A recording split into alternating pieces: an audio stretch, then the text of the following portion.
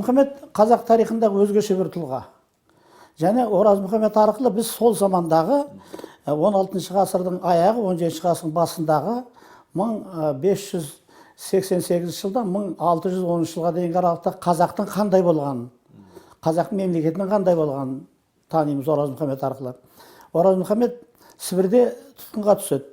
1588 жылы 16 жасында. Мен романда үлкейтіп 17 жас деп жаздым. Соғысты емес, алдаумен түседі. Бұл Сібір хандығы жойыла бастаған кезде көшімді Ермак қуып, одан кейінгі келген воеводаларда Ермактың жолыменен көшімді қудалаған кезде қазақтар араласады Сібір мәселесіне. Сібірмен шектес Қазақстан ол кезде, ал көшімге қарсы, көшіммен жалпы бұрыннан жақсы болмаған. Өйткені көшім қазақтың оңтүстіктегі Бұхар хандығы менен одақтас болған. Бұл ежелгі Сібірді билеген әулет, Тайбұға әулеті, соның ең соңғы бір тұяғы Сейдекті қолдайды. Сейд Мұхаммед дейді. Орыс летопистерінде тарихында жазады, қазақтар Сейдаққа көп көмек берді деп. Сөйтіп барып, қазақтардың көмегіменен Сібірдің астанасы Ескер қаласынан көшімнің баласы Әлиді қыстырып шығарады, көшімдіктерді қыстырып шығарады. Содан кейін мақсат, ол жерде Сібір хандығындағы солтүстігі болмаса, солтүстігінде жаңағы басқа халықтар болмаса, оңтүстігі түгелдей қазақтың өзінің рулары Сібірде. Арғын, Керей, Табын, Жалайыр болған. Сол кезде Сібірді жаулау жолында орыс үкіметінің үлкен саясаты, жаңадан әскер жібереді Ермактан кейінгі, Тобыл деген қамалды салады. Келген воевода Данила Чулков деген келіссөзге шақырады, елшілікке. Келіссөзге барған кезінде, біздің рәсімде, Шыңғысхан заманынан бергі рәсімде елшіге ешқандай қысас болмау керек. Қасындағы екі серігімен қоса, Сейтекмен бірге, сосын Қадырғай Жалайырмен бірге байлап алып Москваға жібереді, тұтқындап. Москвада Оразмұхаммедті үлкен тұлға ретінде қабылдайды. Екі түрлі жағдайы бар.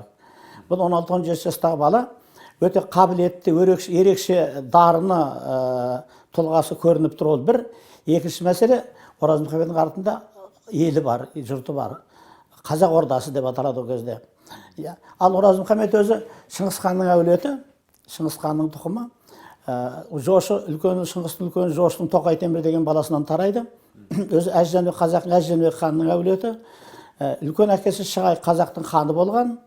Шығайдың ұлы Ұзынуақты ондан қалмақтармен соғысты өтті, екі келесі ұл Тәуекел хан болады. Сонда ханның немересі, бұрынғы ханның немересі, қазіргі ханның ағасының баласы.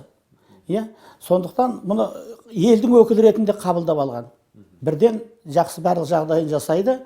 Содан соң арада көп елік поместьелер береді, жер береді, қаражат тағайындайды көп.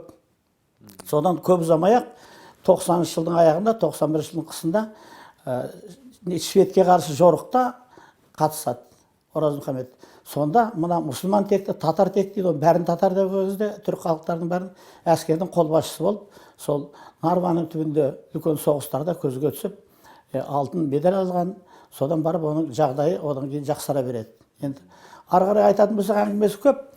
Енді осыдан соң барып бұл сарайда үнемі құрметте болады, үнемі төрде отырады. Шетелден елшілер келгенде, Рим империясынан Австрия ол кездегі, Шведтен елшілер келген кезде, Реш Посполитин елшілер келген кезде төрде отырады. Қонақасыларда патшаның қасында болады ылғи. Соң ақыры бұл 1600 жылы Оразмұхаммедті Касимов қаласына хан етіп тағайындайды. Біздің тұрғыдан айтқанда хан Кермен хан қаласы деген. Сол кезде хандық құрып тұрады Касимовта. Енді келер жылы Оразмұхаммед бүкіл шекаралық әскер дейді, ол кезде 60 мың әскердің қолбасшысы болып, оңтүстікте бір жаз бойы күзет қызметінде болады. Сосын басқа толып жатқан игілікті қызметтер, шаруалары бар. Ақыры смута басталды ғой. Орыс тарихындағы бүлік, бұлғақ. сол кезде орыс мемлекетінің өзі күйреп ыдырап бір жоқта құрып кетуге жақындаған жағдай болды. Сол кезде Оразмұхамед осы Смута бұлғақ оқиғасында ерекше қызмет атқарған тұлғалардың бірі. Бізде тарих кешеуілдеп жатыр ғой. Тарих кешеуілдеп жатыр. Оразмұхамедтің тарихы жазылып тұр түгелдей қосымша деректермен. Енді Оразмұхамедтің несі өте жоғары, беделі өте жоғары болған. Ол жөнінде жазғандардың бәрі жаңағы өте құрметтеп жазады. Ер көңілді, еңсесі биік, жомарт деп жазады. Сондай өзгеше адам болған. Енді біз қазақтың тарихы, өткен тарихын әлі игере алмай жатырмыз. Біздің тарихшылар жалпы кешеуілдеп қалды көп нәрсені. Оның себебі де болды. Кезінде қатты қудалады. Бекмаханов бастаған, Аспандияров бастаған тарихшылардың бәрін түгелдей көзін жойып жіберді. Аспандияров көзін жойып жіберді. Бекмаханов шаршап шалдығып келіп, ары қарай жұмысын жалғастыра алмады. Кейінгілер қорқып қалған. Әлі күнге дейін бізде өте мықты, жақсы, күшті тарихшы жоқ. Бірақ енді ел орнында Қазақстан тәуелсіздік алды, бәрі бірте-бірте сол сабасына түсетін шығар деп ойлаймын.